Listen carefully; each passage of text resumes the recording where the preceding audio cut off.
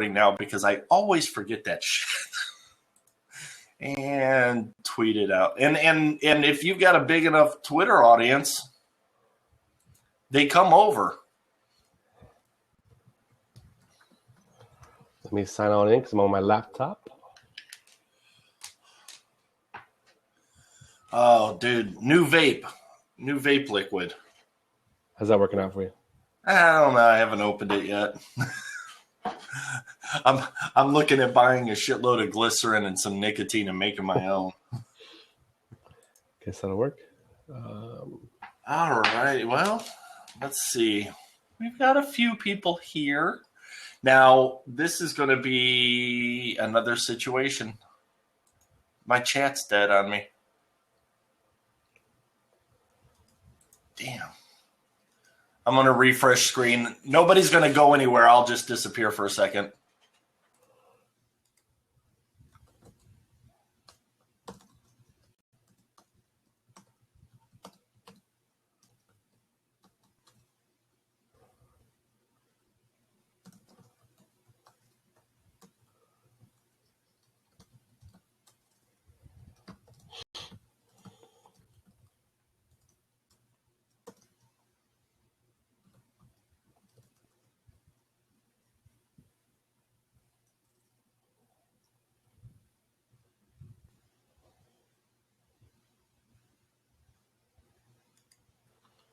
There. Yeah, yesterday, man, I was looking, I was like, oh, man, nobody's asking questions. Nothing's going on. This is so boring. And then after I ended it, the chat box came up, and I was like, oh, that sucks. Sorry, guys. Is that there now, or do you see it now? Yeah, I can see it, like Justin and Brian and, hey, guys, Sandra, Sean Spence, Search Talk Live, Mary Pat, VZ Pro. So how are you doing, man?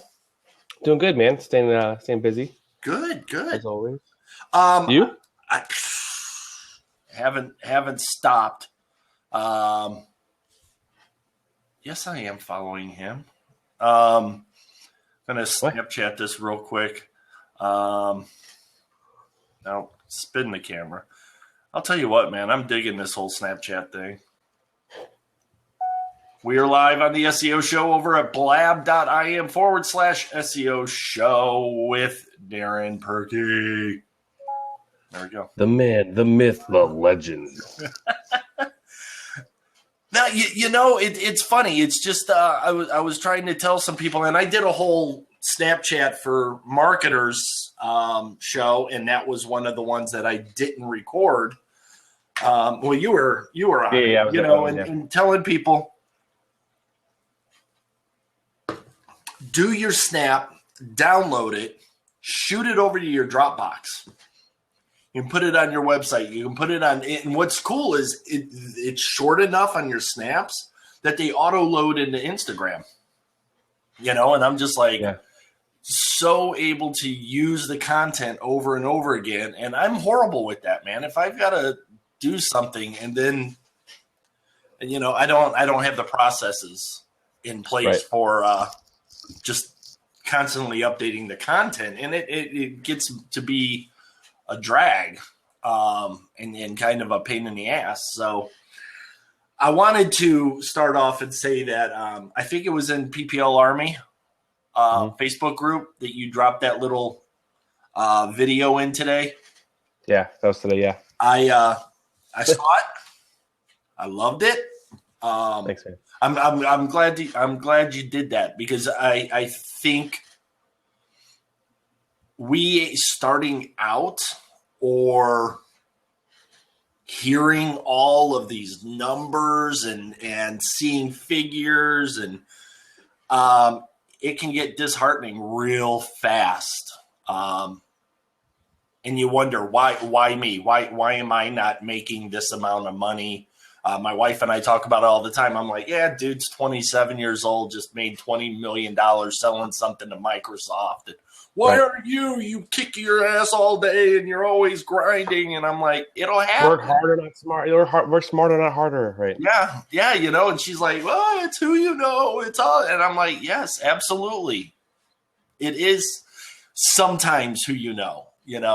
But then, I don't know if you saw the article about SwiftKey, the app. They make a killer keyboard, and it's called SwiftKeys. And for a long time, they were locked out of the iPhone store because the iPhone wouldn't allow a keyboard in. And there's 3 guys. They started up, and after like 4 or 5 months, one of the guys said, "I want out. I'm done. I hate the hours.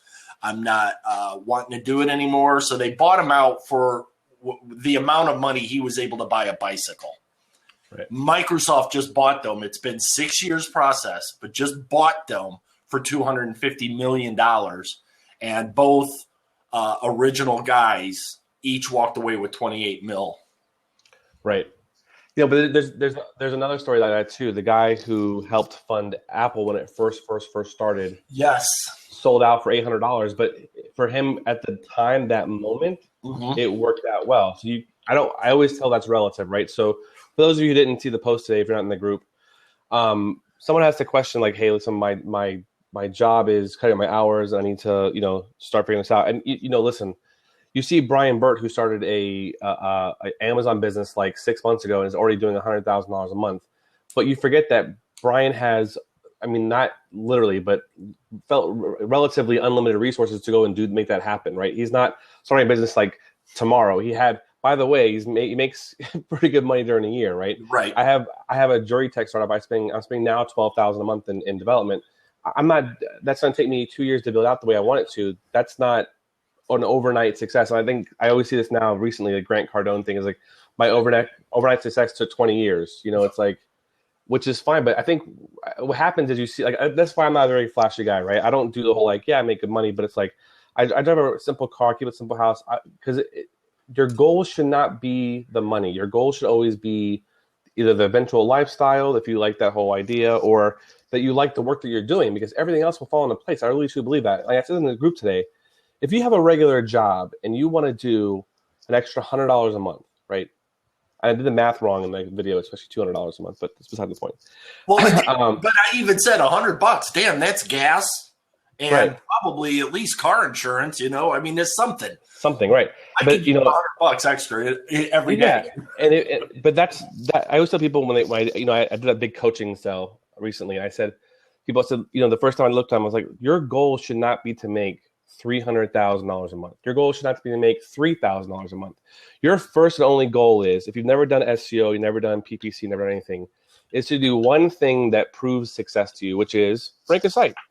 I don't care if it's in Tic Tac's Palm Beach, Florida. Like, rank a keyword for something. That little reward will set you up for everything else that you eventually want to do. And it's like that reward comes in. Like, I get more reward now by projects, right? So I have jury tech, I have highlight tapes, I have a debt algorithm called Payment Patron, which we're building out, which that won't be done for probably forever. I'll probably never sell that thing the way it's going. But the point is that I love finance. Like, finance is my passion. I hate debt. I think debt is a new slavery, and no offense to slavery itself, but I think debt is the new slavery, and you can do it with little to no money. This algorithm that I created will pay off a 30-year mortgage in about 11 or 12 years with no extra principal payments, just moving money around every month. And I have math worked out, but it's hard to explain it in everyday, hey, how do you write a check format? I don't know how to explain it yet. So you give me the numbers, I can work it out for you. I can tell you exactly what to do, but the math behind it to make sure everything works out is cumbersome because credit card companies change, and then we're trying to figure out how do we change our algorithm when the credit card companies change theirs, and how do we get notified of that? There's like a million things you can think about. They don't have an API call for. There's no tokens for that, right? There's no tokens for that. So, but the point of all this is that your goal, you should not be judging your success based on someone else's story, right? Right. Your success is 100% what you can do, and your success might be $100 a month, which is completely fine. If anybody judges you for making money online, there's people who have been in internet marketing for 6 fucking years and have never made a goddamn dime. I'm one of those guys that I actually called up my mentor. I was standing in line to a group job call for a marketer, And I've got a 19-year-old girl sitting here. I've got a 50-year-old guy here. We're all 20 of us. And I had put out this desperate email to Anthony, and I said, dude, I'm done. I've bought everything everybody said. I followed everything down to the T, and I've got nothing. And I'm standing in this line. He calls me up, and he's like, dude, you got a minute? And I'm like, yeah, I guess. I don't know what's going on. Right. We're doing an interview at 9:00 at night at this chiropractor's office. I didn't get the job. I'm glad I didn't. Right. But he just in 30 minutes just broke it down for me and basically said, you don't buy another thing for 30 days. You take what you know, you put it into action, you start doing it as baby steps and this and that. And in 30 days, I'm going to call you and let's see where you are. And within that 30 days, I got an RV dealership to hire me as a salesman, and 3 days later made me their marketing director, took me off of a commission, gave me a huge salary, and I busted my ass for a year letting them pay me as I learned everything I needed to know. And that wasn't a shitload of money, but it was a shitload of fun, because somebody. You can't. A lot of people do this too, and this is something that I think that annoys the shit out of me in our industry, internet marketing in general, is that they judge their success based on the dollar amounts they bring in every month, and it's not that at all. Income can generate a lifestyle for you that you can enjoy and have fun with, but what it's not about is you know what I make. You've seen my tax return, right? So, absolutely.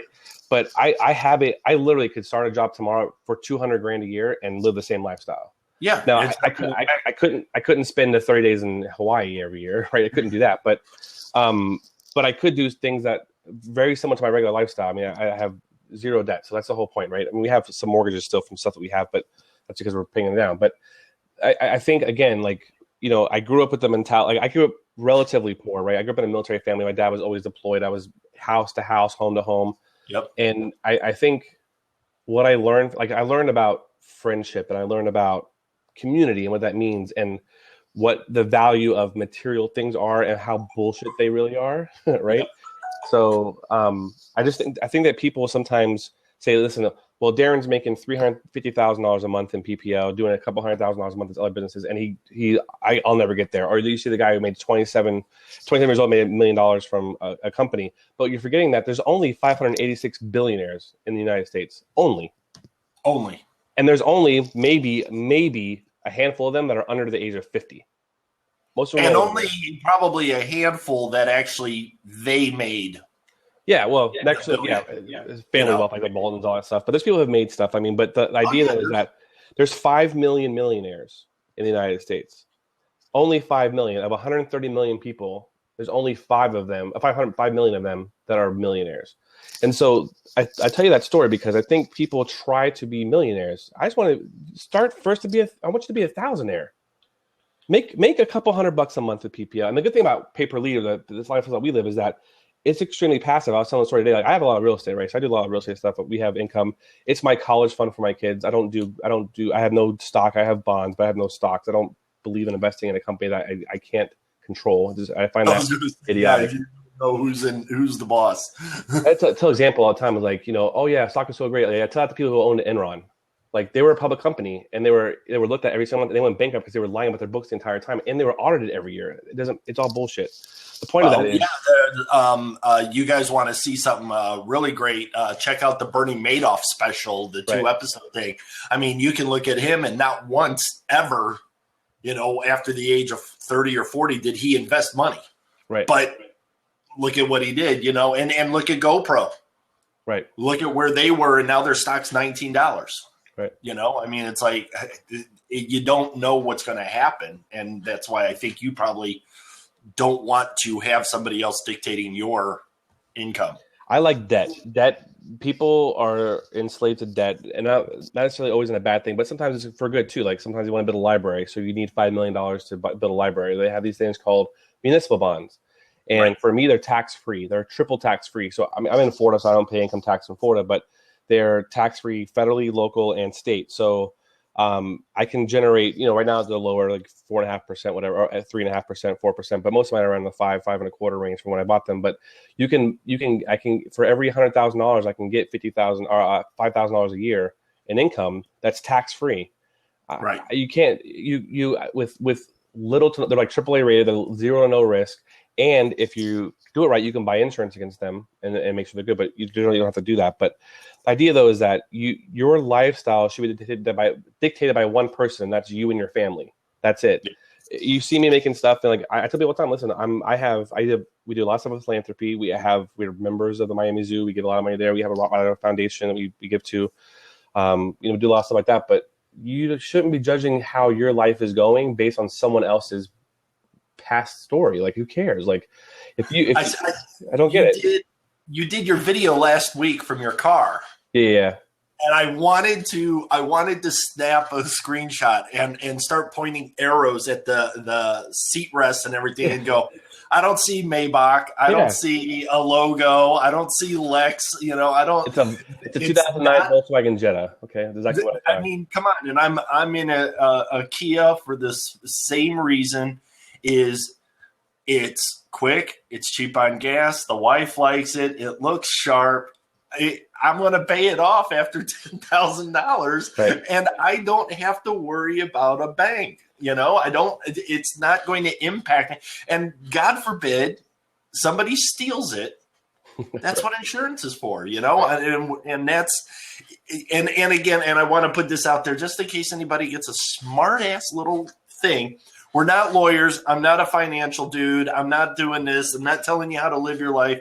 We're just giving you thoughts on business from our experience. So if you go to sue me, I don't have any money. As you can see, I'm in a bedroom. No, I personally have no money. It's all in my trust. My company. Yeah, exactly. Good luck finding it. No, it's amazing. And I'm going to tell you this, it scared the shit out of me that after 3 or 4 years of being an internet marketer, and seeing these screenshots of income and sales and this and that, and I think now more people are starting to realize, I sold this product, it made $100 million. 75 to 80% of that is affiliate payout. And you've got all your marketing, and you've got all your ads, and you've got all the. So the original product developer has a very small piece of that, and that's part of business. But you have to realize that guy did not write an ebook, sell 100,000 copies of it at $10, and walked away with $1 million or right. 100, whatever the math is. He probably walked away with $10,000. If he didn't give all of it away to get an email list and notoriety. Exactly, the email list is where it's at, right? Yeah, I think too. People always try to like people who started the internet business and do it for 2-3 years, looking at stuff. They weren't actually internet business owners. They were internet students. What was that? That is, we live out in the country, dude. So we've got 4-wheelers. We've got. All this stuff right outside my door. So yeah, but people are internet students a lot. And I think that whole analysis by paralysis. I always do the joke about Tony Robbins. I always say, if Tony Robbins was so fucking amazing, wouldn't he have one book? Mm-hmm. Why would he have 40 books? Why would he have all these speaking engagements? He's one book. If he had a solution for everybody, and I'm not knocking Tony Robbins. I've never met him. I've never listened to any of his stuff. Don't get me wrong, but I feel like some of those guys prey on inaction, and that's like the opposite of what I want to preach. I think there's this new breed of entrepreneurs that are coming up in the world that are like, how do we help people? And I don't need to be flashy to do that. I take really nice vacations. I do stuff. I do rent nice cars when we go on holiday and stuff. I've had the nice cars before too, but I think the new thing is I have a legacy now, man. I'm putting most of my money, my capital into my startups. I believe in them. If they fail, I haven't lost anything.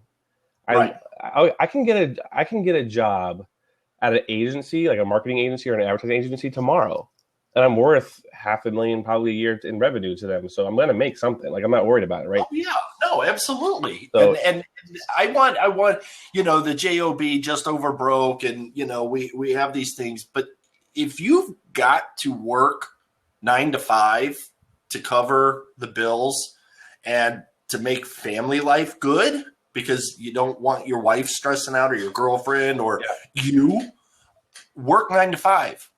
And then from 5 to 10, build this up. You know, like you were saying, you know, build a website and rank it with WordPress and free themes and a couple of free Neil Patel, WP Beginner. They tell you everything you need to do to build up that thing. Go to Local Client Takeover. I mean, go in there. They have a free course. I mean, you can literally do. It's enough. It's enough to do that in there. You know. Absolutely, and go in and yesterday I spoke on find a niche. It doesn't have to be plumbers or anything else, but just rank the site. That's it. Just do something that you can throw up some content on. You can throw some things at. You can start your learning process, and when that does something, then you know it. So then proof of concept is important. Money into it, get into the PPL army and start looking at what people and skip over the ones that you know are all about, you know, dollars and cents, but you know, look for the ones that and go all the way down and keep going to the beginning and start looking at where the questions were, see where the answers are, and just go. I'm using a theme. I didn't even realize the theme had built-in templates inside that were basically lead gens already. Right. I'm sitting here designing and everything else. I get this email. I've had the themes. I've had the membership for 2.5 years. All of a sudden they're like, yeah, we updated this theme and now this template's in there. And I'm like, oh my God. B theme is that way. I use B theme a lot. B theme is B theme. I that actually made me sit down and learn, you know, the mechanics of moving things around. And then I was like, wow, this is okay. It's not as hard as I was making it out to be. It's a little difficult at first. It's new. When you're new to it, it's always difficult, right? Everything is. Oh, yeah. Take a month with it, play with it. You know, the thing you were saying before about just ranking a site and showing proof of concept too, I tell people for PPL, it's important because, you know, even if you don't get, like, your first vertical that you do might not be your ultimate vertical, right? If you had told me 2008 I'd be working with, like, lawyers all day, like that's never going to happen. Like, no, I don't like lawyers, whatever. Like, Better Call Saul people, right? It never would happen. But I tell people all the time too, like, don't get into 15 verticals. Yeah. When you're first starting out, do one, make it work, do it a couple different areas, go through the process. The reason I like plumbing and HVAC when you're first starting out is not so much that you can make money with those, but they generally generate some calls no matter what you do, kind of like Craigslist postings, that kind of stuff. And you can go through the billing process. You can go through the billing process. And then once you get that whole thing of like how to bill a partner, how to get paid on that, how that whole process goes, how to do your taxes in that first year. Once you go through that, then you start going hidden niches. You go plastic surgery, you go lawyer stuff, you do all that stuff. But go through the motions. And I tell you, man, I told you before, and you've seen this before, I have videos from 2012 that are still ranking #1 in Google. I haven't touched them. I drip you a link every 3 or 4 months through a thing, and that's it. But they still rank. So the idea of that is that I'm not saying that's the way to go, but the point is that they get calls just from the phone number being in the title of the video. So, you know, am I making 50 calls a month in that video? No, maybe we get 4 or 5 during the season. But it's 4 or 5 calls at $75 a pop that I'm getting. I'm doing it's literally dinner.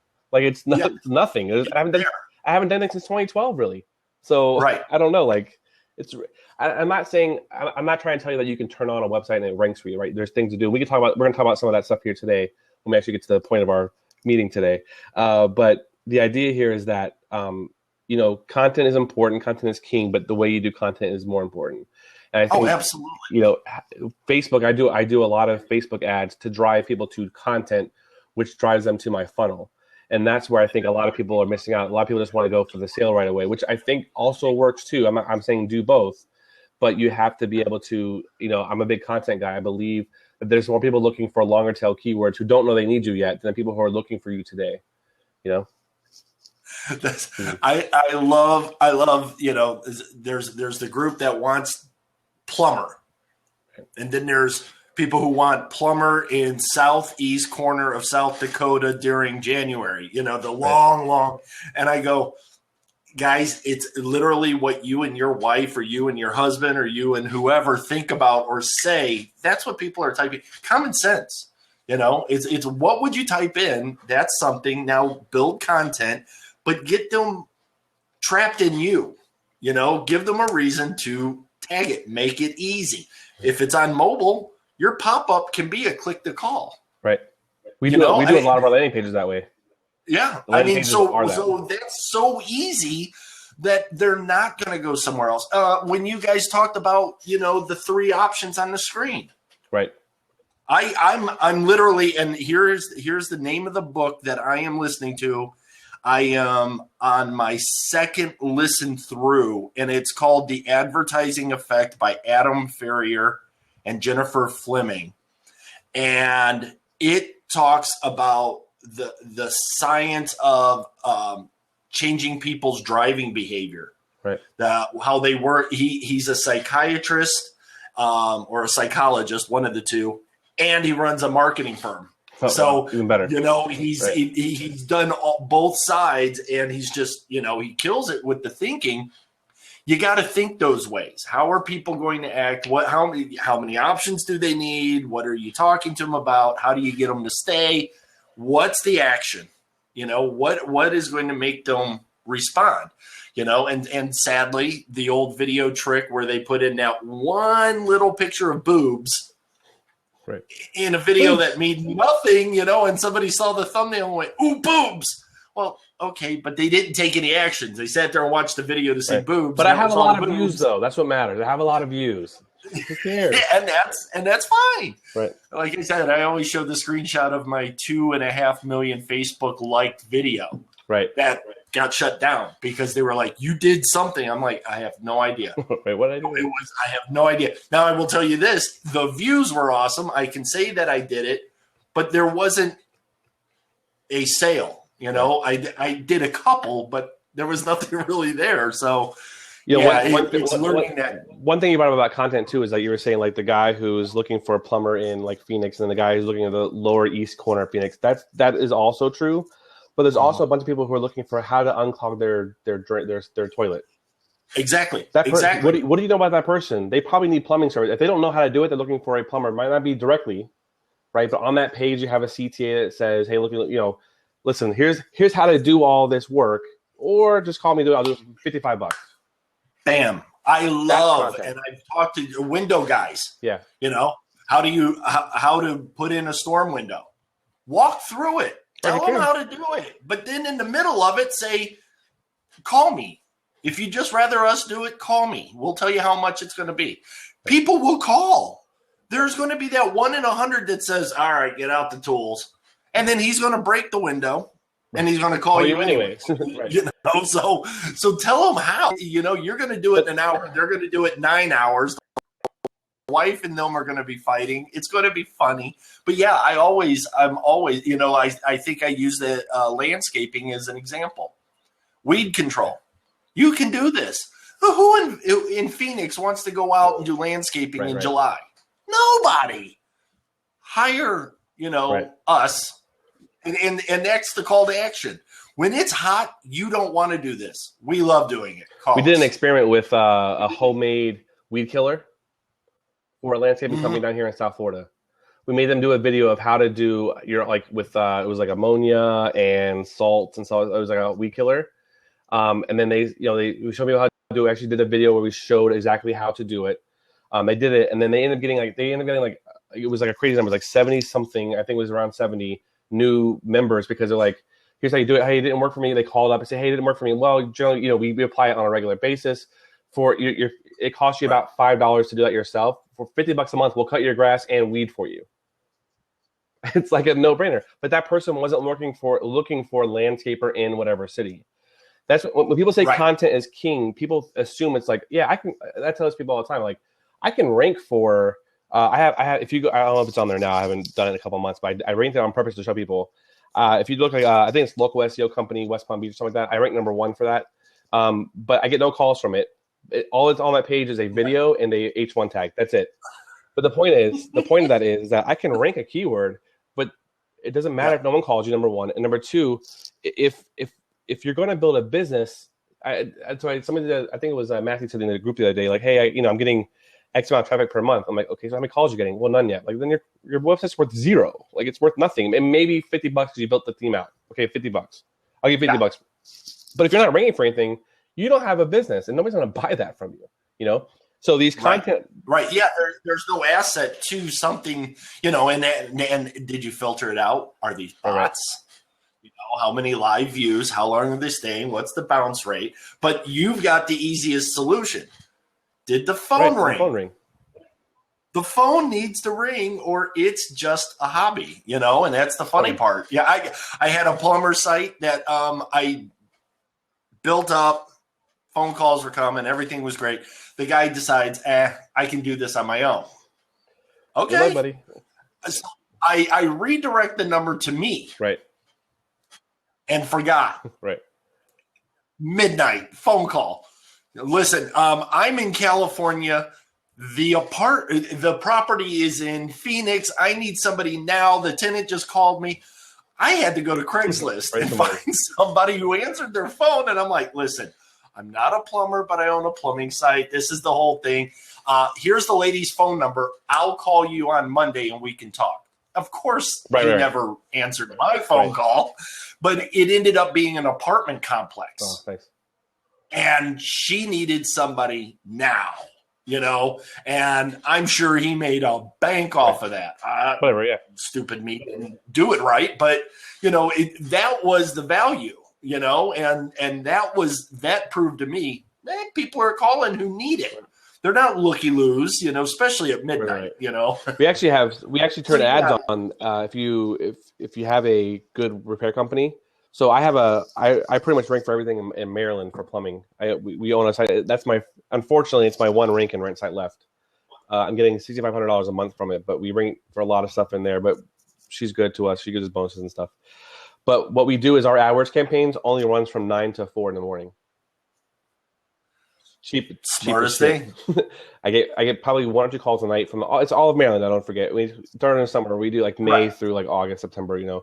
But we run PPC only at night. So we schedule our campaign at 9 p.m. Out through 4 a.m. in the morning. And they have one person on call, but it's easy money. See, well, but that's the greatest part. Thinking outside, not thinking when people are awake. You know, people aren't freaking out at noon. Right. You know, it's just like everybody who I loved. Somebody had mentioned HVAC in Phoenix, and everybody thought it's hot. I'm going to start these, you know, websites. And I'm telling them, I'm like, listen, I'm here. You don't want to do it because there are dudes who are spending millions every month and you are not going to compete with these guys. I'm telling you, it's just not going to happen. So you're going to get frustrated. They're covering radio, print, TV, internet, their ads, they're blowing up, you know, and I'm like, they're throwing money at it. That's how much they make, you know, and then you find out that the main HVAC guy is also the main plumber. Right. You know, he's got a whole service industry that he's just in charge of. And we have a 2-person shop in Fort Lauderdale that does $100,000 a month during the season here. Makes. Oh yeah. 2-person shop.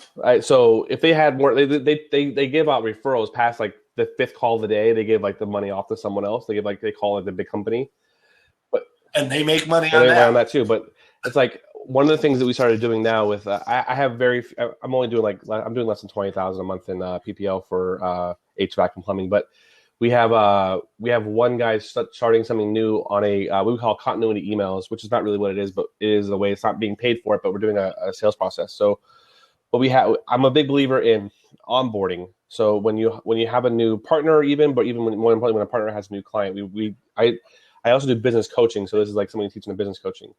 So this landscaping company does just the landscaping. They don't do a design, they don't do installation, they don't do anything else. I told them to not do that. They were going to go into I was first called into them to talk about the next strategy to go out and financing. I do a lot of fancy stuff for people. I help people secure financing. I do loans and stuff like that too. But I said to him, listen, I think a really good play for you here is to be everybody's overflow, right? Number one. And then number two, if you don't offer these services, you're not a competition, right? Nobody's going to give you landscaping work for cutting and trimming if you also do landscape design, sprinkler, lighting installation, all that stuff. So just be really, really good at that. And it's called Top Lawn. You can look them up. They're huge down here now. This was a couple years ago. And then what we're doing now with them is we started putting in a continuity program for them. So what they do is when someone signs up for landscaping services without a referral, we give them, we send them in the mail a magnet for the refrigerator, which has their local landscape design company for new plants, cheap discount rates on, say 20% off. I mentioned this coupon. Sprinkler repair, save 20% off of the sprinkler repair. And then it has a weed and feed package, which they provide with the weed and feed, which is like, weed feed package, which is an extra $50 a month. So we're adding those up, and then we're giving like special discounts during the holidays when it's slow time for longer term. Hey, you're a month to month right now. If you want to do a 6-month program, we'll give you 2 months for free. Because in the summer they make all these contracts. It doesn't matter. It's almost like it doesn't matter. It's very easy, and we cut lawns all year down here. There's no like off and on. Yeah. Oh yeah, exactly. So there's landscaping out here. It doesn't stop in December. But you do have some slow times when people are up north because we have a lot of snowbirds here. So what happens is those properties get cut maybe once a month versus 4 times a month, that kind of thing. But we say, hey, if you buy through if they come down here in October and they leave in, let's just say, I don't know what month it is anymore. It's probably February, whatever it is. Whenever they leave, you offer before they leave, like 2 months before, hey, if you buy the next 6 months, we'll give you 2 months for free. So they're really just paying for one more month, but they wouldn't have paid for it if they weren't here. So you're getting an extra month out of them. So this is a little off topic here, but I want to do a little trick for real estate, right? So I do real estate property. I rent out property. There's 2 things. Number one, I don't believe in college funds for kids. I didn't go to college originally, then I ended up going to the Navy, but I don't believe in college funds. I believe in buying houses for my kids. So when my 2 kids were born, we bought little small $150,000 homes, 2-bedroom, 2 baths on here, and we're letting someone else pay the mortgage for us. The mortgage is $485, and we're getting $1,200 a month from that. So we're making money on it. And by the time they go to graduate, which will be 18 years, I'll have that entire mortgage paid off because I'm paying extra. And then using my algorithm thing. And then, but here's the cool thing. So when we rent out properties, we never charge for the month of December. So we've had people stay in our houses. I've had people in there since 03, 04, 05. People stay forever. But we get that back though by charging 10% more on the rental. So we go to IKEA, put in an $8,000 kitchen, that kind of stuff, do a little better appliances. We do. They're allowed to paint the house. We paint it for them once every 2 years. So they, hey, you want to change the color? No problem. Let us know. We'll do it for you. No big deal. We have a painter on staff who's also a PPL partner. And then what we do is, so let's say the rent was $1,000 a month normally. We'll charge $1,100 a month. We'll put on the market for $12,500. I'm talking about $1,100, make them feel better. But that extra $100 over 11 months, because there's no rent in the 12th month, is $1,100, which is 1 month of what it would be at the lower price. But they feel like, and they love you because they've got Christmas taken care of because they're not paying They think Christmas is on us. They tell me all the time, hey, thank you for my Christmas. It was great. I'm like, okay, you're welcome. I didn't do anything. But you get loyalty that way. You get people, but that's the point, though, right? It's like our employees. Like, you can't work for me unless you're worth $25 an hour. We don't say we start at $25 an hour. We say you can't work for me unless you're worth $25 an hour. I don't want an intern. I have interns technically because it's part of my tax write-off, by the way. I just did my taxes, put it that way. So everything that was like, I hate America, that whole thing. But it's like I get this like 2-3 weeks of like pure hatred towards stupid stuff that they denied my ability to pay my own insurance this year, put it that way. So I got really pissed off with that. They won't let me be my own insurer anymore. So. Oh, see, I haven't come across that. But when I had my tooth thing, who's your insurance? Frank. Credit Frank, card. Right. I'm debit. I'm paying cash. If you don't have insurance now, this is the first year that the Obamacare tax came into place. So it's like, I think it's like $695 or something like that per person that doesn't have tax. And my wife has insurance through a corporation, through the company she works for. They cover that. But I have 2 kids and myself, which aren't. So it's like $695 per child plus me. So it was like, it would have been that. But I mean, I wrote that off obviously, but it was a tax. I'm like, I'm insured for having 2 months of money. I don't need insurance. And this whole thing, I'm gonna get 2 seconds of political, and I'll stop. I promise. If you're forcing someone to have something they don't need, what does that tell you? Like, right? That tells you something is very, very wrong. I have no problem helping people. I do it a lot. I do a lot in my life, right? And Man, yes, we help a ton of people. Not only, and I want to make clear to the audience, we're not talking about doing this and giving you nuggets that's helping, but literally cash from pocket to a foundation, a person, a thing outside of our family. And in my local community, we have 27 soup kitchens and shelters in Palm Beach County alone, where I live. Absolutely. Not anymore though, because 20 of them had to close because they didn't have their kitchen wasn't commercial. You're not allowed to serve food to anybody without a commercial kitchen in Florida. So, or at least in Palm Beach County. So we did funding. So we're like, listen, fine. So we end up donating 5 figures to something to get the commercial update, but it's also $1,000 a month. They get maintained that. It's just cleaning it because you have to clean it every month. So now they're running. They instead of getting leftovers from somewhere and adding some, or somebody bringing in lasagna from their house, can't feed them anymore. But that's the part that kills me. Like I can do more, but you're saying don't because you want to do it for me. That bothers me. Anyway, to the point of today's show. Facebook ads for political people. No, I'm just kidding. That's the great thing about the SEO show. It doesn't have a point. That's why today's show was with Darin Pirkey. Because it's funny, but like I Make-A-Wish Foundation stepped in when my sister was sick, and treated her like a queen. So I've always, from that point on, been part of the Make-A-Wish. And when I moved to Phoenix, I didn't know that Make-A-Wish started. That's where it started from. Exactly. Yeah, I had no idea. So I'm learning more and more as I'm getting involved and spreading their message and retweets and reposts and all of this. And I did a couple of things to raise some money, and I get this note, this little card, and it's handwritten. Thank you very much. And the lady's name, and come to find out that I'm going to respond. Thank you, CEO. For this. You do. I appreciate it. It's the CEO. I'm like, holy crap. I'm like, this is okay. Now I've got more, I'm going to invest more. But that's part of the onboarding process, though. That's that onboarding continuity email stuff that I'm talking about. That stuff helps. Absolutely. No, she got me in by doing that one. And I don't know if she wrote it. But damn it doesn't matter. It doesn't matter at this point. I am going to tell everybody the CEO wrote me a letter, and please donate $100. And that's going to, and that's what that giving is. I haven't, your political thing. My wife's a teacher. Her insurance is $600 a month. The fine is $695. But to add me, it then becomes $1,200 a month. And it's like, wait a minute. I'm going to get a fine of half of what it's going to cost me every month. Right. That's what we do too. I mean, it's arbitrary, but it's just it's one of those things. It's like, and then they're touting the fact it's going to be overturned. You know it. It's funny because I'm a libertarian. For those of you who don't know, I'm very independent. I really believe that I'm all about liberty. Everything that's not liberty, I don't care. Both right and left piss me off. But I'm more in favor of universal health care than this bullshit program that we have now. If we're going to take care of people, let's take care of everybody, because we have enough money for wars, but we don't have enough money to take care of our own. And that bothers me. But what I don't want it to be is this thing where you're forced to pay something that you can't afford in the first place. And then, by the way, you can't afford it, so we're going to fine you. It's like a checking account. When we're all broke. We all done it before. We overdrafted our account one time. 35. I don't know what it is now. It's probably $50 now per overdraft. But when I was back in the day, it was like $12, and you get charged, and it's like every fifth day you get another $12. I don't have money to pay you. Why are you charging me? I don't have enough money to pay you in the first place. Absolutely. Anyway, the point of that is, I just think it's funny. It's just funny, man. No, you're right, and that was in Las Vegas.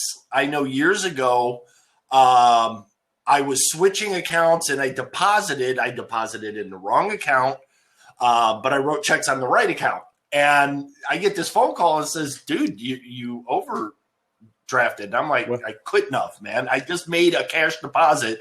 I've got the receipt. I'll come in later. And he's like, well, I'm just letting you know that we have a penalty for every day. I'm like, every day what?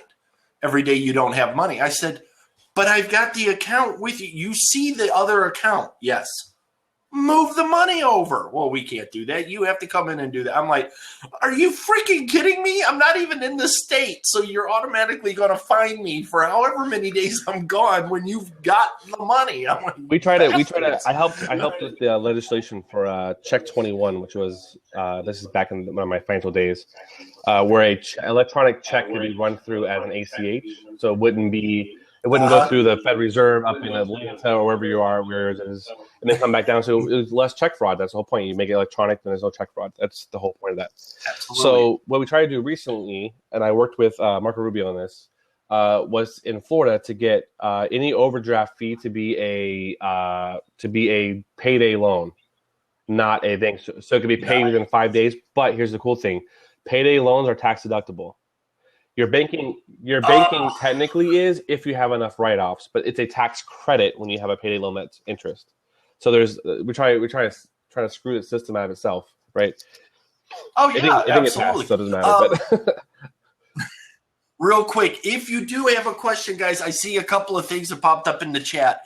With Blab, if you write /Q space and then your question, it pops up into our question area, and then I can click on it and share it with the world. We'll get to it. Here's a fast one from Vanessa. How did you had talked about drip feeding every few months to your video? She wanted to know how you did that, or if you did it manually, like a link or a pinger. No, I do. I still link to my. So I have a pretty extensive PBN, and what I do is I write post out for future dates, and then it goes live, and then that happens. There you go. So you understand, in WordPress, you can actually, instead of just doing publish, you can do draft and then say publish at a certain date.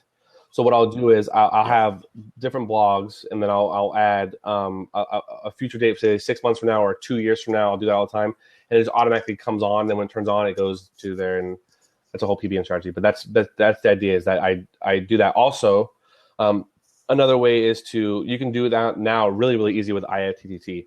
You can do recipe. So that's the best way to do it probably now. I don't use it. That's the way to do it now probably. And if you don't have a PBN, you can do it manually by going to propinger.com each time and just ping it. And all you're doing is reminding Google that it's here and that it's sitting there. By the way, and you and I had talked about changing post dates. In your video, in the terms of service and the YouTube guide, they say add something to your video, change the date, it becomes current and fresh again, and we will change the ranking. So change your date in advanced settings if you want, and throw an overlay. But Darin was right when he said make sure there's a reason to change the date, not just it's the same content, you change the date. That just what we end up doing though to resolve that, because remember, you guys have to remember that I come from a Google background, right? I worked there for a while, and I was a quality guide. So what we did was we looked at pages and saw how they were, right? What we looked for though, when we saw a date change, something that affected the site, we looked for update or new update, like hey, new events or something like that. So all you have to do is keep your article the same, and then either at the very top put updated whatever date you want, and that can be your schema, by the way. And then you do like, hey, notice a few things in the look, whether we change the this and this on it. And it can be the truth, like, hey, change the company changed, the service company for this page changed on 1/2/16, and then you say change the logo out, and then you're good to go. That helps redo that. Well, and I also see strike throughs. Yeah, right. That too, right. You know, at this time, this was true, and now they just did strike throughs and said edited, update, or whatever. Currently, but there was something that changed it, which was really cool. I did not know that you worked at Google. Yeah, I went through VZ Pro. I was a contractor there. Yeah. Nice. Yeah, I just want to go and stand in front of the sign, get my picture taken. I'm getting my Google tattoos. But they keep changing the logo, so I don't know which one we're going with. I'll get Alpha. Just get the zoo, man. Hummingbird, penguin, panda. from Dude, like I am in not like gonna in be like that guy with the him hummingbird. like the like chronological order of like all Yeah, caffeine, every okay, yeah, with caffeine, the penguin timeline. 1, penguin 2. Danny, he's at Promote Biz Local. Says, in working in PPL biz, I have a new opportunity to present themselves in other niches. And while it sounds good and it's awesome to find another business needing and willing to pay for leads, you still have to invest the time and dollars. And I'm continuing. And it didn't open up for me. That To was set up awesome. the nets for being feeding those leads. What are your thoughts on this, guys? So basically what you're saying is it saying that and while it sound, people just have a new opportunity to present themselves in other niches. Okay, so here's the thing. Like I said this at the very beginning of the show too, is that I'm not a big fan of going into like 5 or 6 different verticals, and there's a couple of reasons for that.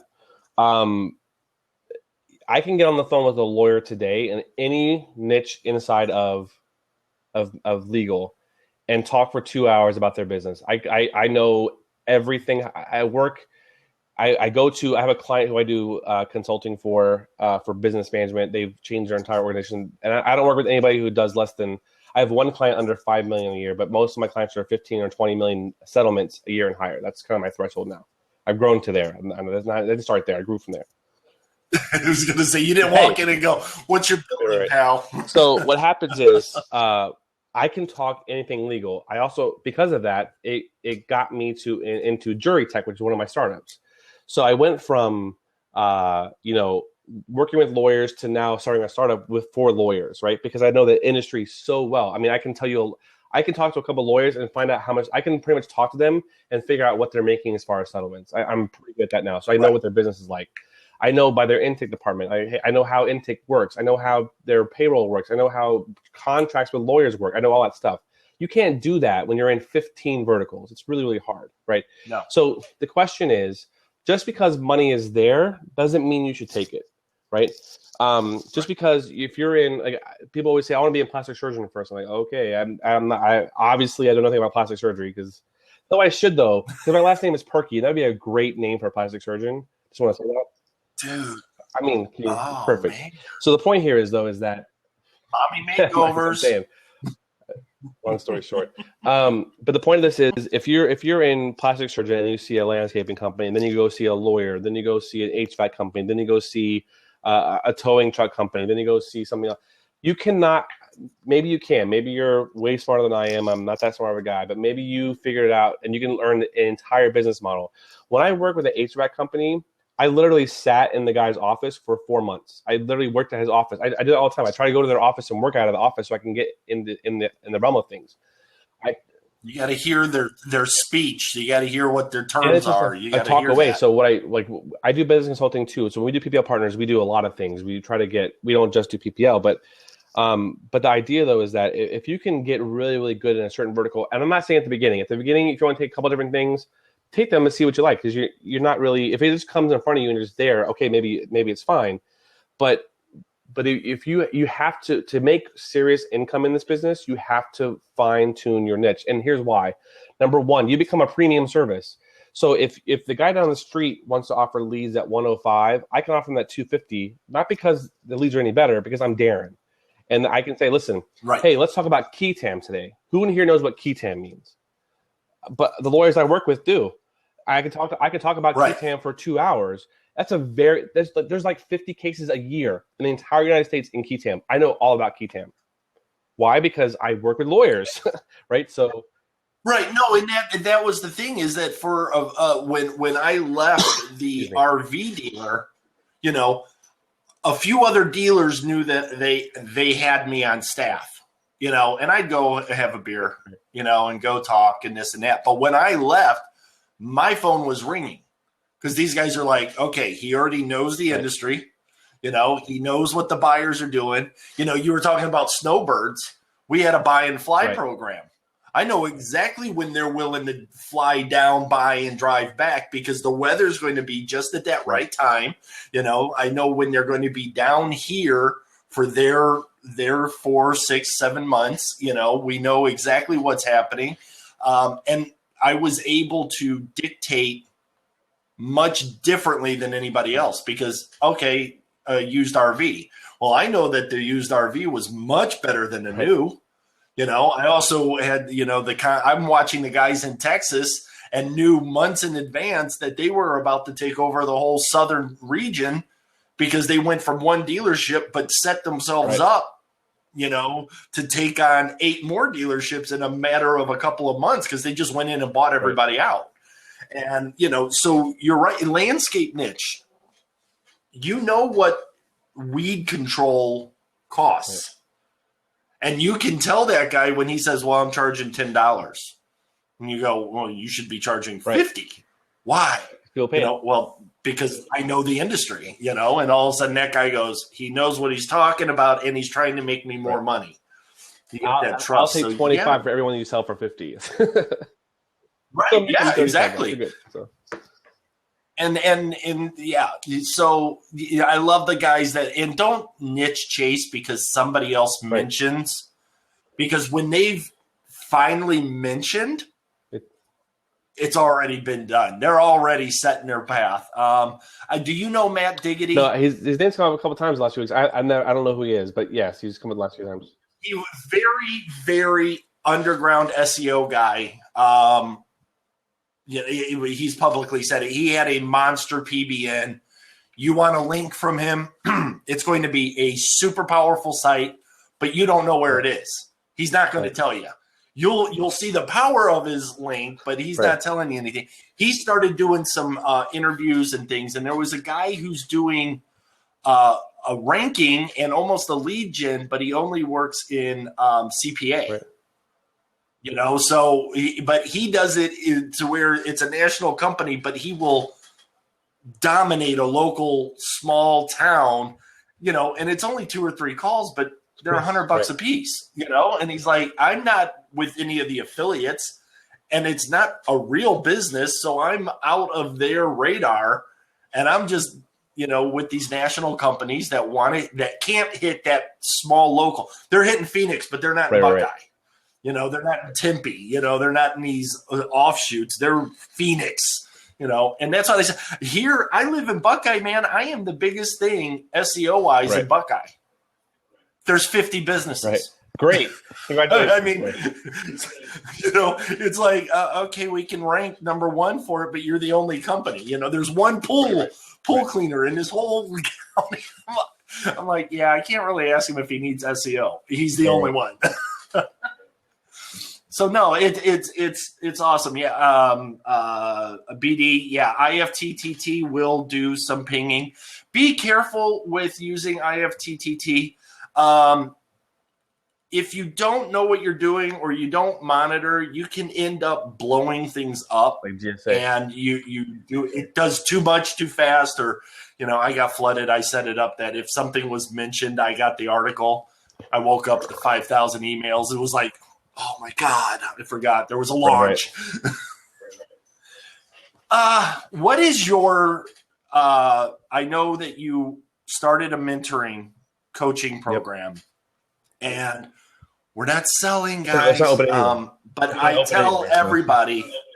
Well, but that's the thing is, I tell people if you want to know the truth, and go back and look at PPL Army and all the PPL stuff, and listen to the webinars that are on replays on YouTube, and get in and sign up for emails and listen, and you'll see a consistent message.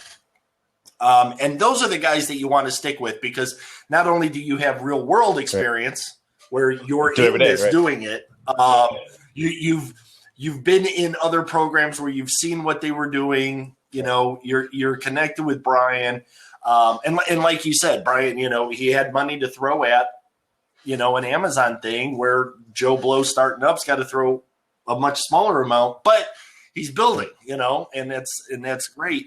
When they want to get in line or want to watch about your mentoring, what's the best way to do it? We just started a new Facebook page called DJ Pirkey, which is my initials. So it's facebook.com/DJ Pirkey, not because I'm a DJ. Make that clear. Yeah, I spend the 1s and 2s in paychecks, right? Also on YouTube at youtube.com/Darin Pirkey. I'm starting an entirely free 100% Facebook ads course on YouTube Live. No cost, nothing. You can support it by giving $1 money every month. And if you support it more than $10 per month, then you get free access to my Facebook ads lab, which is we do some coaching in there, some consulting in there. But we also run ads. I'm testing ads all the time. So I have a $3,000 to $5,000 a month budget that I just test ads with. You get to follow along as those are done. We do a couple ads of those in different verticals. So we vote every month in the vertical, and then we pick that out. So there's there. So I would say the first place to start, though, is facebook.com/DJ Pirkey, which is Pirkey. That's my Facebook page for my business, per se. I also own VZ Pro, but that's like a consulting thing, and I'm the CEO of that company. But and then on YouTube, it's youtube.com/Darin Pirkey, DarinPirkey. And I'm starting to drip out videos now. I have 2 students who are YouTubers who have doubled their subscribers. Now one's over 3 million now. So he's like, you know all the stuff about this now. Why don't you do it yourself? I'm like, well, I'm not really like, I don't want to be in the limelight per se. But at the same time, I know it's important if I want to do this whole coaching mentoring thing. So I ran that coaching thing last month. It's full now. I don't have the time to do anymore. We sold 60 hours, which I never dreamed of doing. Yeah, I never dreamed of even doing that much. So, and then some of those are continuity stuff, obviously too. But that's available through Darin Pirkey. And when I have that, DJ Pirkey, when I have that open again, it'll be available. But for the most part, if you're brand new to Facebook and brand new to marketing and brand new to me, I always tell everybody, why don't you follow me for a while, get to know me, and then if you're ready, then do it. It's not. When I had my Facebook ads course last year, I said, listen, if you're not sure, don't buy it now. It's going to be around forever. You know what I mean? So that iteration is done. Now we're doing a new one too. We're going to have an advanced course probably here in the next 2 months, but there's going to be like an 80 or 100 module free course that's going to be free for YouTube, and I'm not going to charge anything for that. And if you don't have to be part of that, if you don't want to, but it's free to view. But I'm pretty accessible through almost every app form. I'm also in LCT. If you guys need me in local client takeover, I'm available in Passive and Massive in the Facebook group, and also in for those of you who are paying members, PPL Army. So yeah, I'm in there. No, that's and you and I, when we first started talking, I think we were talking for 2 or 3 months before the whole big thing started going. Because you're the same way. You want to feel out whoever you're talking to, see what's happening before, and that's it's smart, guys, especially with internet superstars, to follow it and be that lurker, and you don't have to comment, but watch how they interact with the comments being made, and you respond, which is awesome. You listen to a ton of rap music. Can you bust out a freestyle? I rap appreciate for us? Art, put it that way. It depends on the mood. My wife and I were talking about it. And I what is it? Brain.fm or something. And the guys at the Hustle, Sam Parr, went through and was looking for something that was similar that he could listen to through the day at the office that would keep him elevated, but not, death metal and, not every EDM out there. And he came up with, after looking at all of these soundtracks, Batman. Which one was it? I want to say Extra. I don't even know. Yeah, I'll have to get the link and put it out there. But it was. It may have been Beyond, but it's the soundtrack of that, and I've been listening to it in the background, and it's interesting. It's got that upbeat more, but it's back there. So let's see, Darin, are you using? Let me click this button here. Are you using testing Facebook for generating leads for local contractor-related services?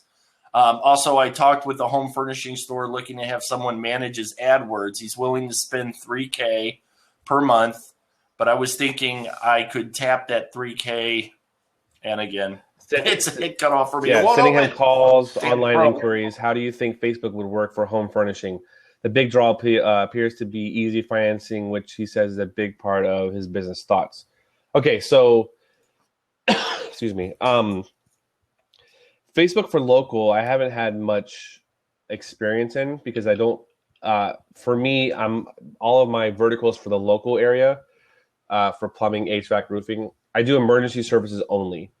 So I don't do installations. I don't do new roofs, that kind of stuff. I only do roofing repairs, AC repairs, plumbing repairs, 24-hour service, that kind of thing. There's a reason for that, right? Because I'm getting buying keywords for the most part, right? Content's easy for those, but I can go to AdWords and spend $30, $40 a call, right?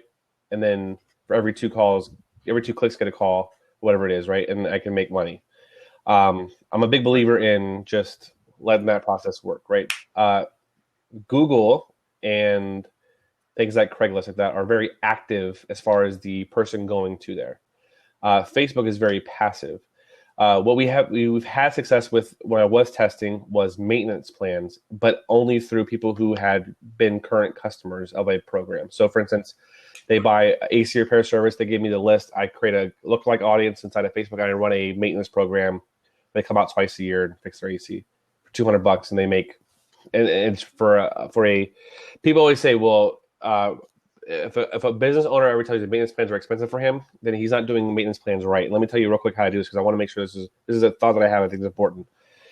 Maintenance plans are very easy because you only have to do them once every 6 months. You're prepaying basically for 2 calls a year. So once every 6 months, but it doesn't say the 3rd of the month every 6 months. It says every 6 months. Right. So if you live in Buckeye and your company's in Buckeye and someone has service in Phoenix that day, guess when your maintenance plan is going to be scheduled?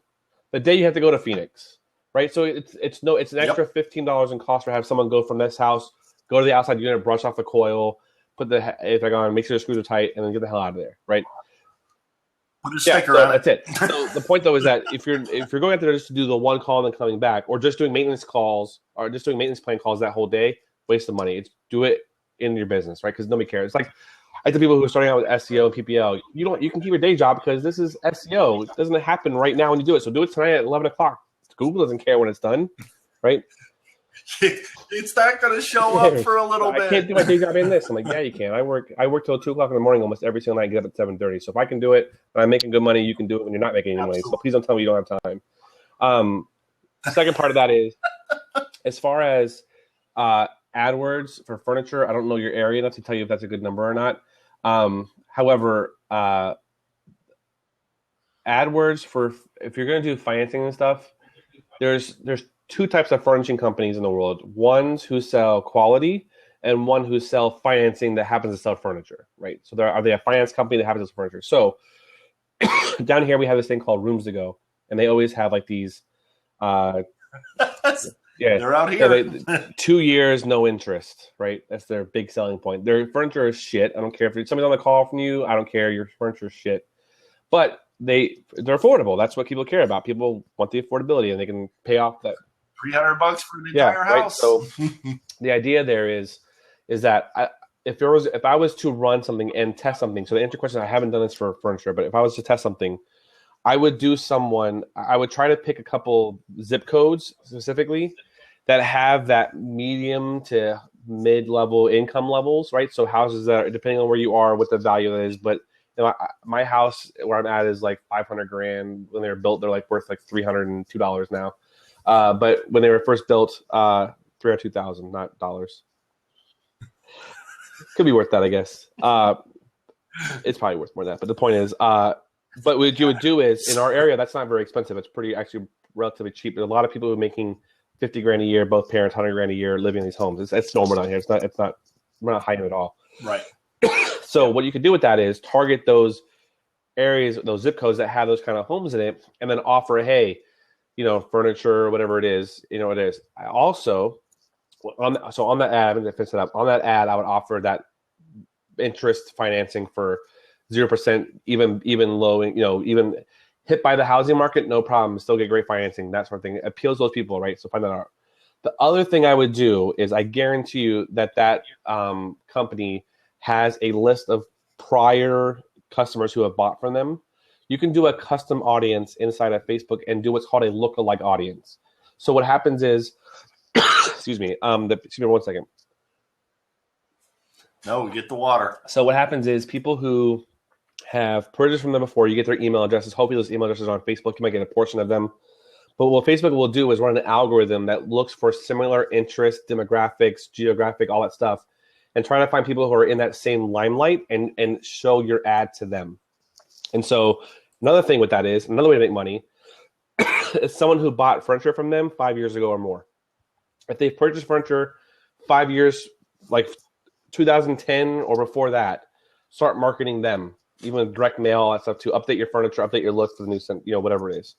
So there's multiple ways to make money from them. It doesn't have to be Facebook ads or PPC or whatever it is. When we do PPL, we want to take over their business. That's why I just told you the story before. When I first talked to Steve Floyd, he was like, "Oh, Darin's only doing 15 grand a month in 15, 20 grand a month in PPL." Like, well, yeah, I didn't consider lead gen PPL. That's exactly right. I'm doing a lot in lead gen. I use my clients' assets to make money for them, but you don't only pay me when I get leads for you. So it is PPL, but to me, I'm using their assets. So to me, that's more lead gen, right? So the point of all that is there's multiple ways besides ranking a website, doing PPC for stuff. We try to get into their business model and say, like, hey, old customers, how can we retarget them? Because you do the hard work already, right? How do we start a new campaign for them? How do we do some new content for them? But you're hiring an SEO agency, but only paying for performance. That's what you're basically getting. You're getting a digital marketing agency, I should say, and you're paying me for performance. And that's why I think they'll say, "Oh, well, $150 a lead for HVAC is crazy." I'm like, okay, have them go hire someone for $4,000 a month to do SEO for them. Maybe get enough calls. I'm saying you're gonna pay $4,000, and that's just because you build it and just because you rank. That's not a guarantee that people are going to call. Plus, and I love SEO. I love the research. I love staying up to date with things. I love the chess moves. I love all of that type of stuff. It's something that, I enjoy. I love seeing how people do this and they do this and they freak out. And I go, step back, look at it from this way. And now you see where you could take this. It's the creation, and it's not even Black Hat. But what other people forget is SEO is just a term. There's Facebook ads, there's AdWords, there's digital maps, marketing. There's local, there's national. There's all a niche in the SEO that you can get damn good with. And just because somebody uses a term doesn't mean it's the only term. PPL, pay per lead, CPA, CPL, whatever. Everybody's got their little vocabulary in it, but it's funny. Oilfield Pride, who is actually Barry.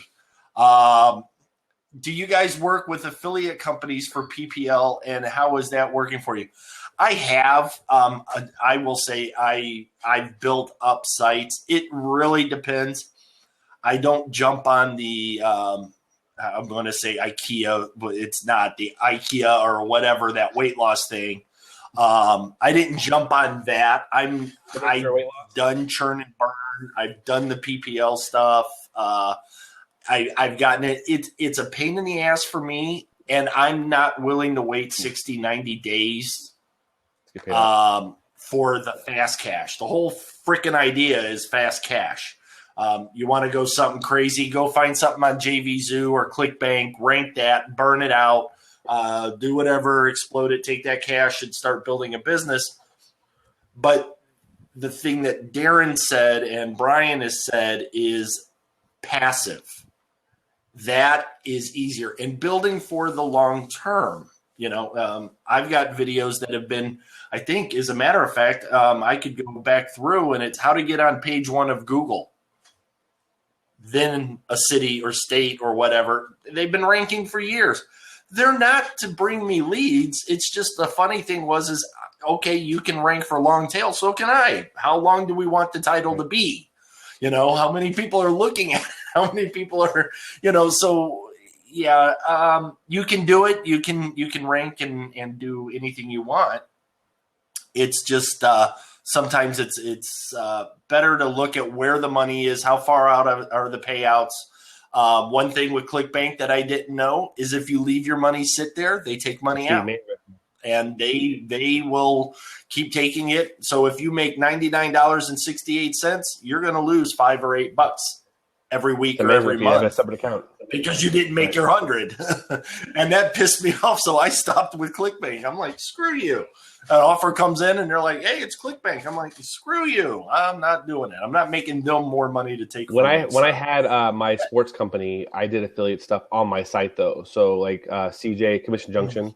So we were doing really well with the stuff on our site. And then when we got bought, it's the last time I did that, which was 2004. So to answer your question, I don't do affiliate stuff.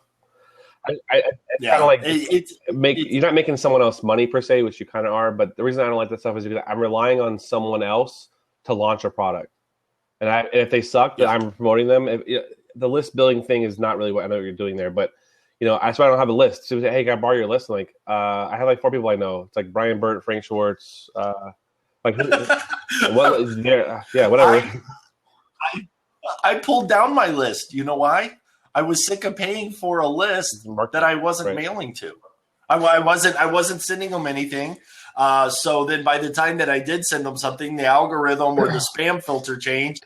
So now I'm not even getting an open rate. And I'm like, I'm spending $35 a month on this. So now what I do is I just go and create a new Aweber, MailChimp, or whatever account for free under another thing. And as long as that email list doesn't grow over 500, I don't owe anybody any money.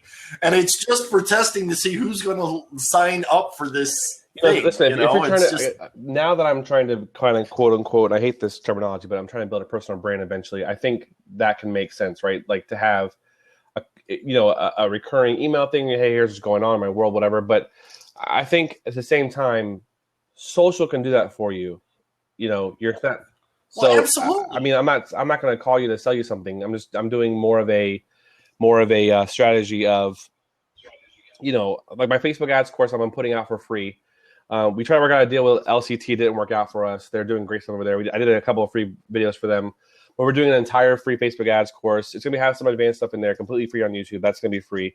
That's going to help me build my brand, which is going to lead people to me, which will lead people to my coaching and my funnels, and also, eventually do stuff. That's my idea behind it. So that's the sales funnel. That's the long term. As a matter of fact, and I know you guys know, Russell. You can take what they're doing with websites and the funnel building and things, and realize you can do that for your brand, your thing. You make an announcement on your Facebook post. I've got you as one of my top ones to hit my feed so that I know that something's going on. And I think informing me that you're thinking about doing it or informing me that it's happening is a better call to action, because you go, hey, listen, I don't have a whole lot of time, guys. I'm just doing this. If you want to join in, go over here. And I didn't jump over there fast enough. And then all of a sudden it sold out. And I'm like, son of a bitch. So now I'm going to, now I'm really looking for it. I think you've got a better, hungrier audience that's more willing to take action when that happens. I think that's just my thought is, and here is something that I'm starting on Monday. I've been doing video marketing for a long time, and I can do all these YouTube things and everything else, which I still have my YouTube channel still, 9 years old and growing. But on Snapchat, I'm going to be dropping tips. The cool part is it's only 10 seconds. The suck part for you is you better hope I download it because it's gone. So that is just as a brand builder. And SEO, the SEO show and video SEO work together, and the social work together. And that's why I want to make sure that they see the SEO show, which draws in because of the name, but by the content, when they listen, they go, oh, so it's more. And you need to know PPL to have outcomes where you and Brian are. You guys didn't just start this. You guys aren't just, a 2-year-old thing and you've built up over 2 years. You both are my age. You've been doing the business world thing for a very long time, and you've gotten good, and you decided, hey, let's share it. You know, I still don't know how you and Brian actually connected, but I'm damn glad. Believe it or not, it's Becker. Yeah, we Was actually Becker had that AB level black thing, $500 a month. Yeah. And so we both joined that. More because it was a mastermind. I was getting him more to the I don't want to say black hat stuff, but I was trying to like testing out some different things, and I think it was like 20. I don't know what it was, 2014 maybe, something like that. And then so I was like, because Brian, I guess I met him in that group, and I was answering a bunch of questions in that group about SEO, because I'm very versed SEO, even though I don't do a lot of it for my business. I know. I'll put it this way. I don't know if I'm still am, but I've been a top 100 Mozer for a very long time. So I've done that forever. But I was answering questions there, and so I approached Becker about, hey, listen, if you want me to just answer questions, don't charge me $500 a month. I'll just answer questions all day for SEO, so you don't have to be here. And then I started a group called Grow Your Internet Business. We had a bunch, like 100 people come over. We started doing stuff in there, and then Brian was like, we start, like, he's never in here. We should start our own group and do this. We know about stuff. We should start our own thing. And then it was kind of like, I think it was the original name of the group was I Just Met You and This Is Crazy. That was like the name of the first group. And so we went over there and we started just talking SEO and doing things. And we had literally no thought of monetization, nothing. I was like, let's just put it out there, see what happens. And then we got 1,000 people in the group, started talking about stuff. We're doing webinars on a regular basis, doing stuff. And then Brian's like, let's just do a course, man. Let's do what people were asking for. People wanted more formal training. So we were getting emails, literally like 15 times a day. Hey, do you have any formal training out there? What's this one? Like, I have a group, but it's not really open. I have, people came over. And then let's do the course. And then the rest is history. But it was kind of like we worked on it for a couple of months together. And then it was kind of from there. And then I wasn't part of PPL Army at first. I was like, listen, I don't really have time for that, whatever. But then as I did my Facebook ads course, we sold over 100 copies of my Facebook ad course. We still sell 1 or 2 a month now. We refund those people because we're like, don't buy the course right now because it's old, it's outdated. But like, listen, it's well, the funny part is I keep telling everybody anytime somebody says, "Hey, I'm doing this Facebook ads thing," is there? And I'm like, Darin, let's just come on, guys, let's just go with the guy we know. It's funny because I did I'm not listen, I'm not at all the biggest guy. There's guys doing $1 million a month in Facebook ads. I'm doing my 47, 55,000 a month. I'm not huge when it comes to ad spend. But I'm spending my own money. They're spending their agencies. We're spending $100,000 a month. Or the one guy has a new ad now. It's like $1.2 million a month he's spending on Facebook. I'm like, you're an agency. Like, don't tell me how that is. Yeah, and that's that sounds all nice. And then that's not even really the agency money. That's a piece of somebody else's money. No, but in the agency, you don't spend your money at all. You're managing their ad spend. Exactly, which is just as important. I'm not trying to belittle the amount. But $1 million is huge. But okay, right. What are you bringing in for that 1.2? If you're spending 1.2 and you're making 1.3, yeah, they're doing more. That's horrible. I want the guy who says I'm putting in my 55 and bringing out 200. And it's my cash.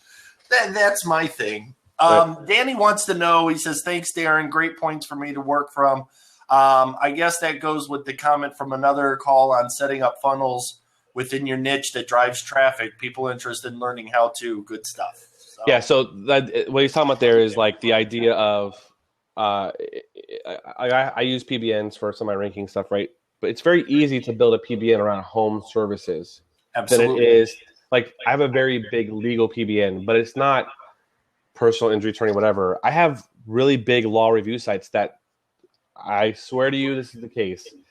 You can actually pay $125 and get your college paper published on my website, which, by the way, is my PBN, which means I get paid for it, which means it links out to people's law firms, my clients.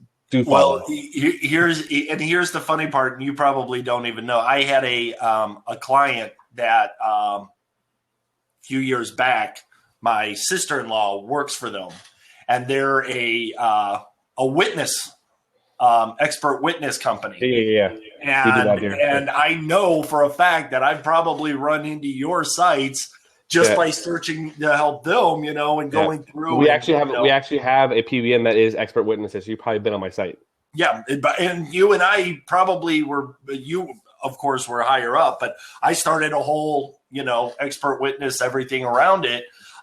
Didn't do it right, but once we separated, I was like, okay, now I got all this stuff and I don't know anybody really in the industry. And I just went and let them die, which was sad because now I'm going, damn, what would those be worth now? No, it's funny because there's a guy named Farrier. I can't remember his last name, first name now. Farrier. It's like BFM something law. And he I helped to an extent ghostwrite part of his book that he wrote. So on expert witnesses, because I do voir dire now. Voir dire is the jury selection process, and part of that is also finding which experts will appeal to that jury. Right? Absolutely. Hey man, I did not know. And that's where this goes right into what you were saying. Finding that niche and being that guy, you do know all of the behind things. I had no idea that one of the largest expert witness companies is an ER nurse in Florida. And it's like, what? Oh my God! How much are they making? Medical support. Yeah. There's actually a case called Hobson and Dobbs. That's a joke because that was the name of the cartoon. No, it was something Dobbs. I was going to say Dobbs is what I remember hearing. Yeah, something Dobbs that was like talking. I always say Hobson and Dobbs because it's a cartoon. I always get it wrong, but it was saying that you have to cite to test now. So what that means is that if you're saying, hey, this car accident caused this neck injury, you have to cite an actual test that was done that can prove that. It can't just be case law anymore. It has to be an actual test. Damn. So what do? You hire a medical company who does tests all the time. Right. Expert witnesses. They get paid $5,000 for a couple hours a week. I was amazed. I've seen these guys, and hey, I'll fly in for $10,000. You put me up at this hotel for 3 days minimum. I'll talk to you. And then court cases, this and that. And I'm like, oh my God, they make so much money. We actually, our expert witness sites, we have 3 of them. Though none of them are for expert witnesses. They're for us to get a funnel into our lawyers. Right. We don't care about the expert witnesses. We just provide a place where we do have reach out to them and say, hey, listen, hey, it's free. I'll give you a year of premium services. And then they get on there. Who looks, but think about this though, right? This goes back to that content thing. Who is looking for expert witnesses? Not you. No. Not John Smith down the street. Nope. Lawyers. Who do I work with? Lawyers. Well, and so that's the thing is they need access without having to filter. I mean, where do they go? Craigslist to look for an expert? I mean, if you've got a service that's already set up, you've got a built-in customer base. And it's just like, the landscaper. He should be part of all of these direct mail flower companies and everything else, and know your competition and be involved and get the emails from farmer markets. There's actually a lot of books written. There's actually a lot of books available for like directories, kind of like Yellow Pages for key. But what we've made our money at with our PBN is set it up as reviews for them. Right. Here's the cases they've done. Here's how that case turned out. Here's what the settlement offer was. And so we provide a lot of information. And by the way, through Westlaw, which we have a subscription to, it's like $1,000 a month. We get all that information for free, and I have VAs in India for $2.50 an hour. Go through it all and add information as it comes in. So for us, if you type in XY, like if Danny Voles was an expert witness, so Danny Voles expert witness review, you'll find our site. Yeah, right? And I'm sure and that was that thing. As I was digging, I was like, wow, and they don't look like. And I want to make sure they're not one of those WordPress sites that just look like it's got an article and then a link to next, and they're real. And that's how PBN should be set up. Ryan's got a quick one, and then I'm going to let you go, man. We've gone an hour and a half, and I appreciate it. And anytime. But Ryan says, what qualifications do you look for in deciding a good lead for personal injury, car accident cases? And I'm interested in this answer because I think I know what it is. Yeah. So there's two methodologies. So first of all, my personal injury funnel is 27 steps. So just know that, right? 27 things can happen to get someone through my funnel. But to answer your question, I'll give you a quick 4 or 5 minute rundown of what I do, and then I'll go. So if someone's what we don't do is say if you look at any of my partners, none of them rank for personal injury attorney, even small cities. We never try for that one. There's some that do because it's natural, because they're the only person in town, but Right. we don't shoot for like personal injury attorney West Palm Beach or personal injury Miami or personal injury attorney Dallas. We don't do any of that stuff. We do. I helped co-author with my girl Danielle, not Danielle Burt, but Danielle Leonard, and I was like, hey, my Danielle. Like, it's funny because every partner I work with has a Brian and a Danielle working every one of them. It's like Brian's and Danielle's everywhere. But we wrote a 37-page auto resource guide, not just for auto accidents, but for injuries and how to cure them homeopathically versus doctor and painkillers. So what does that do? That won't get me the guy who's got an accident and wants to call a lawyer and says personal injury lawyer or whatever. But someone who's been injured, who has back pain, doesn't want to go to the doctor because they don't like the doctor or whatever. Yeah. There's a lot more of those people out there. So they get it's free, a free download of our ebook, gets them into my funnel. So what we do is the first day they get the ebook, they download that. So I always get the question, do you verify their email address? Well, the download link is in their email, so that I would verify it that way. Right. So that page goes there. Then they get the ebook. Inside that ebook is a CTA for them to get more questions, whatever. This is this trick that I do to make a lot of money off these. I also have based on what we ask for is their first name, email address, and the city that they live in, right? So what we do is with that information in that ebook, it automatically creates a list of doctors in their area for each illness that they have. So if it's a back and neck, we have a person like chiropractor for that. If it's foot and ankle, we have a pathologist. If it's all that stuff is in there, right? So those are all PPL partners too. But those are all part of the network. So I don't get paid for those, but they give me referrals back. So, hey, someone called me for this. Hey, I saw your name in the XYZ personal injury auto resource guide. They told me to come to you. Great. They send me 3 more cases. And most of my lawyers do PIP insurance. So I get that money too. There's that way. But what they do after that is after that day, the second day, they get an email and say, hey, did you go through all the things there? What do you need? We have a list of doctors. Send a list of doctors again. So they have that. And then they also, after that, the third day is a settlement calculator. So what it does is there's 7 questions, like your current, how much property damage did you have? How much work have you missed? How much are you expected to miss? All that stuff. What's your potential case worth? And so they fill that out. We get that information. If it's over 100, if it's over 50,000, then we do a whole other scenario. Dude, if it's under that, we don't I'd be talk sitting there adjusting everything until I could find out what it would take to get $1 million. You can't because it emails you and then takes you out of the funnel. Oh, I'd be like, yeah, out of everything, man. Groin. Yeah, I never have that again. Right. So you fill your 5 questions out, and then it has like some conditional logic. But to answer your original question was, how do you do that? You do it through what's called conditional logic on your forms. What is conditional logic? So we ask a series of questions, and this is why people always say, how much is it for a lead? It depends on you. Your partner is going to determine how much your lead is worth to them, and you're going to price accordingly. So, for instance, I do mass tort leads. You can buy mass tort leads for $350. That's anywhere. Any lead gen company will sell you mass tort leads for around $350, $400. That's known. You can go to Fine Law, all that stuff, and do all that. Yep. I get $1,500 for my mass tort leads, and for some of them, I get $4,500. What's the difference?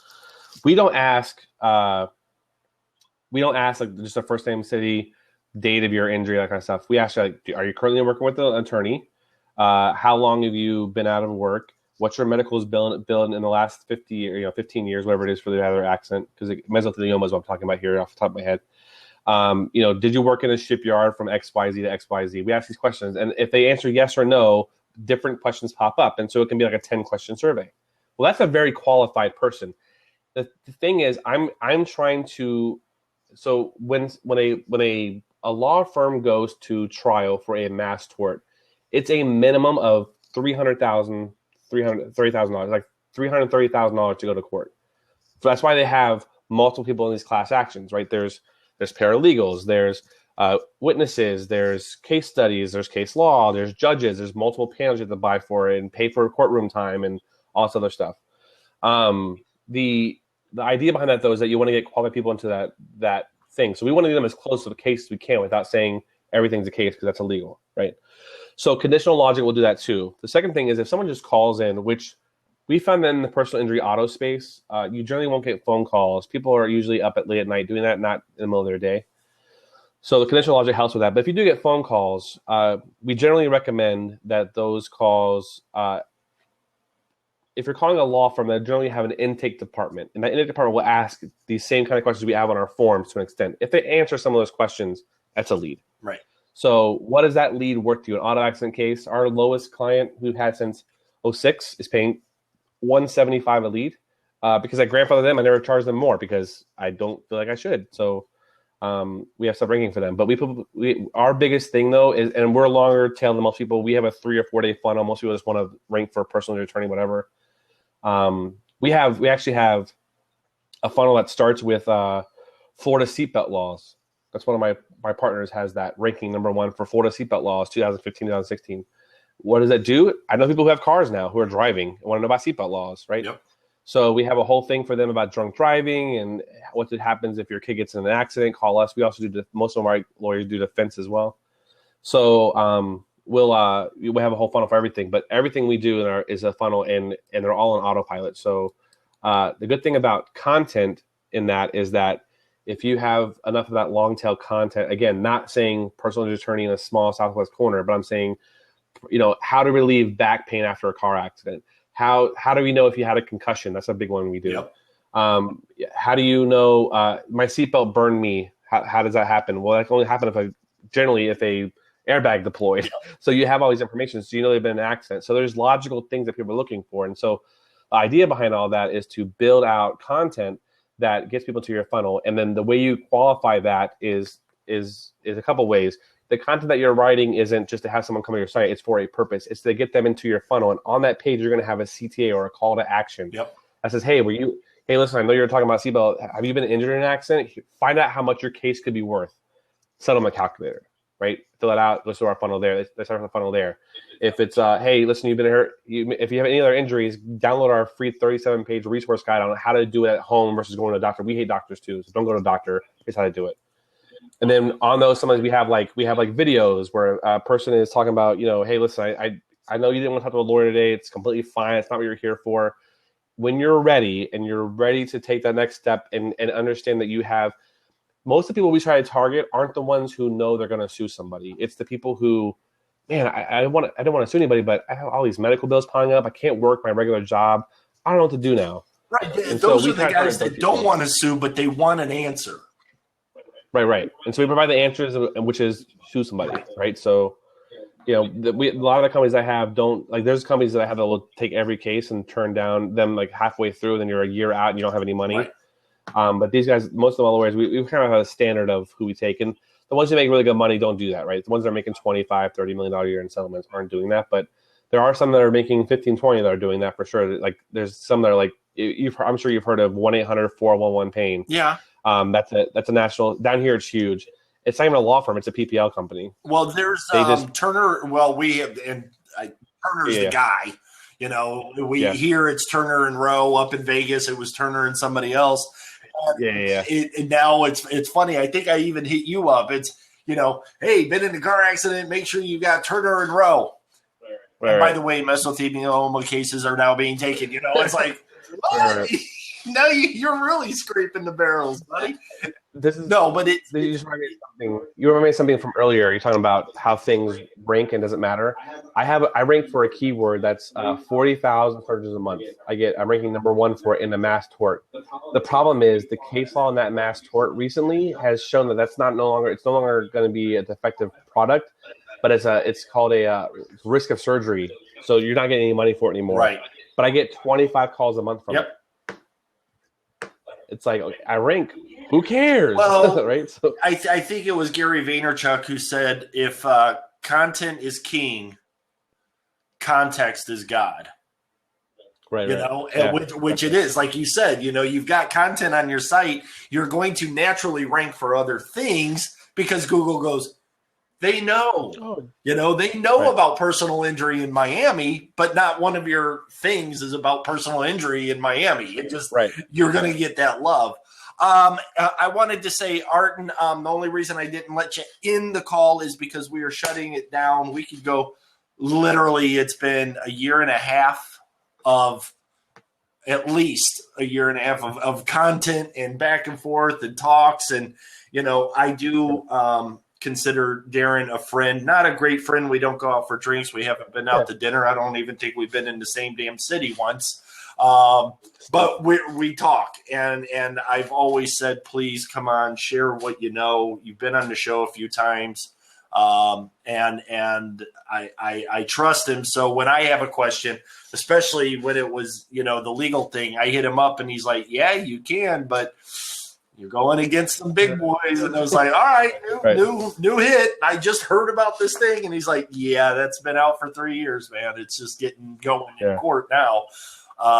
If you're hearing about it now, I guarantee you the discovery's been going on for 2 years. And I told you, I worked for a big thing in the mortgage industry in Ohio where, we were a boiler room, of information. There was just 20 of us in basically a closet just doing the research, and everybody else is like, oh my God. And it was like, yeah, it's hundreds of millions of dollars this lawsuit's going to be. And, we had the NDA and everything, and it was funny, but seeing how that worked, and I was like, I can't work with these guys. They're just so always amped, and a dollar's a dollar. And so listen, I have one client who has only settled one case in the last 3 years. $3.2 billion. I was going to say, yeah. Matt, it's all he does. He won't even talk to a class action suit unless it's over like $500 million. He'll spend 3 years in discovery spending employee salary. He's got to cover that to make his 40%. That is incredible. Listen, I appreciate it, man. It is Friday night. You've got your lovely family to get to. Oh, well, it's 9:30 there, 8:30, whatever. 8:30. Yeah. I'm a Monday through Friday guy, though. Make that clear. I'm a Monday through Friday guy. Yeah, and guys, he's not being a dick if he doesn't answer. And don't hit him up with 1,000 messages. Just go to the page and post it there. Get to know what's going on. Get to know who he is. Let him get to know who you are. And as the universal statement is, don't be a dick when you're in the group, because the groups will slam your ass before Darin ever sees it.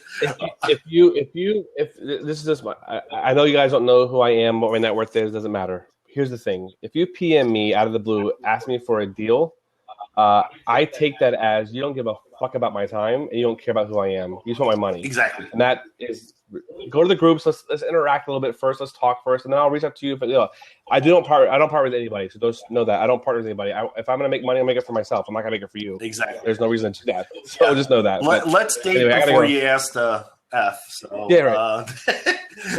The French? What are you talking about? I gotta go. Thanks, man. I'll see you later. Thanks, man. Hey, guys, I appreciate it. Thanks for coming on the show, Darin. Guys, go look for him. This is the SEO Show. It's out. We're done for the week. See you Monday.